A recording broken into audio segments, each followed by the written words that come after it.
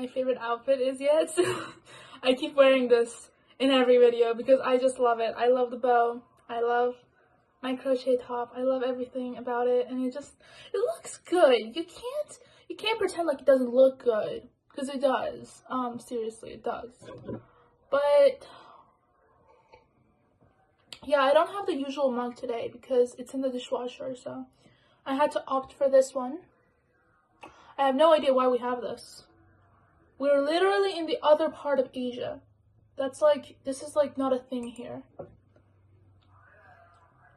I think this mug still doesn't know that I live in the Middle East. Kind of insensitive, you know.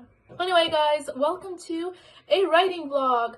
It's gonna be honestly kind of cozy and also kind of stressful at the same time because I have a science exam coming up that I have to be studying for, so I can't exactly write just every time when I feel like it. So I have to study for my science exam, and I was like, well, you know what, let me just include the studying in the vlog because honestly at this point, this is a life vlog, but also a writing one because I'm spending most of my time thinking about my characters and just kind of imagining them and stuff like that. So yeah, so my schedule so far has been erratic. I woke up at 3 a.m. to write, and I wrote like a lot of words. I think I wrote around 1,500 words, which is fine. I did writing sprints, which is why I managed to write that much. I did writing sprints with some of my favorite YouTubers. Like I watched their past live streams, and it was pretty productive. I did quite a lot. I want to talk about where the manuscript is going in terms of structure, because I feel like that's what people are going to be interested in, and also that's what I'm interested in. So let's open up the laptop, shall we? And let's see how it's going in terms of structure. I am in Act 1. Look, I am not going by like the 3-act story structure. I'm just calling them acts because that's how I compartmentalize them in my brain. And so far, we are getting through Act 1. I am at the start of it, but I am making good progress. Oh my god, I literally forgot to tell you what my novel is about. Sorry about that. Let me go back and let's talk about what my novel is actually about.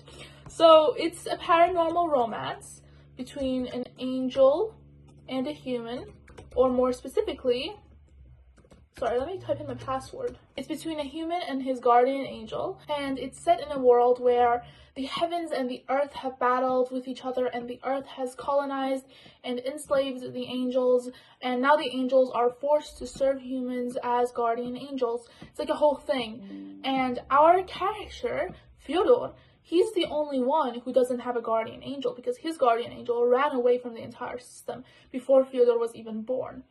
And so Fyodor is the odd one out in every situation because he doesn't have a guardian angel. However, in the start of our story, they find his guardian angel and they return it back to him. So now he has to learn how to live with a person like watching over him literally every second of his everyday life. So it's a whole thing, and then they fall in love.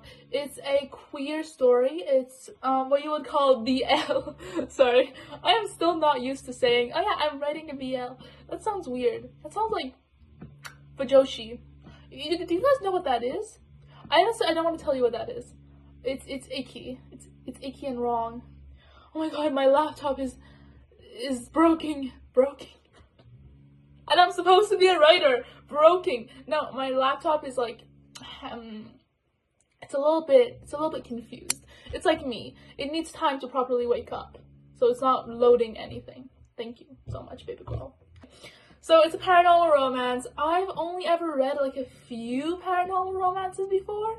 And also I've read a lot of werewolf x human fanfiction. And that's just because I was in the Harry Potter fandom.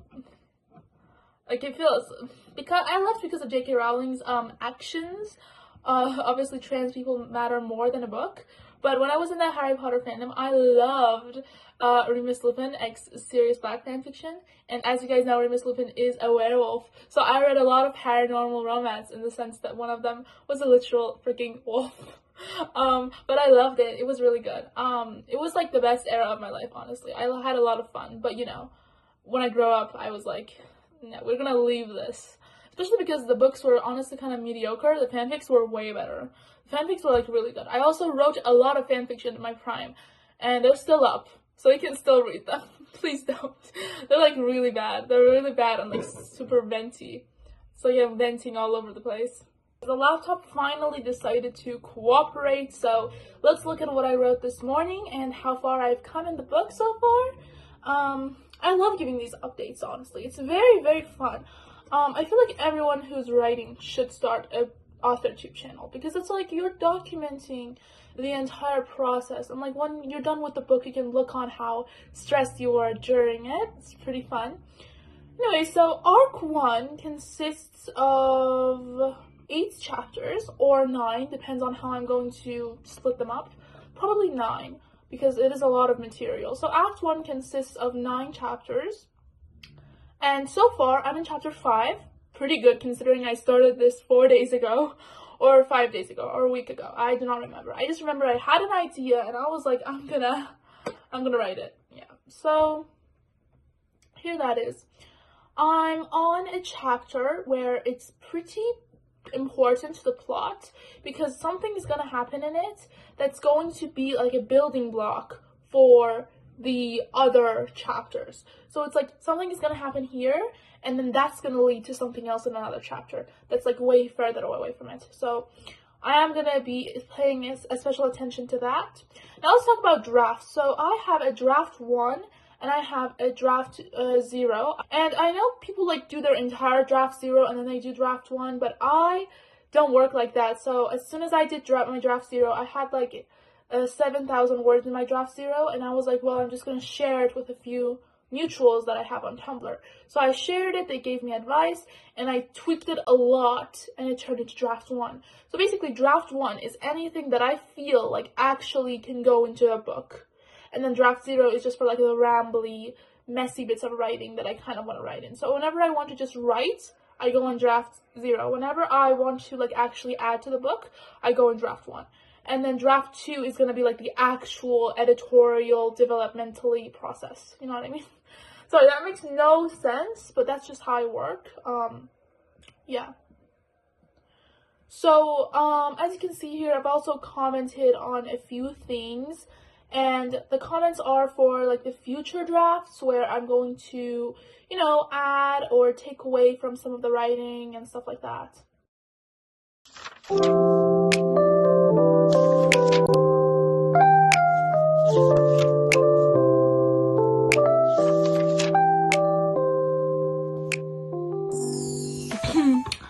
Hey guys, and welcome back. I'm back.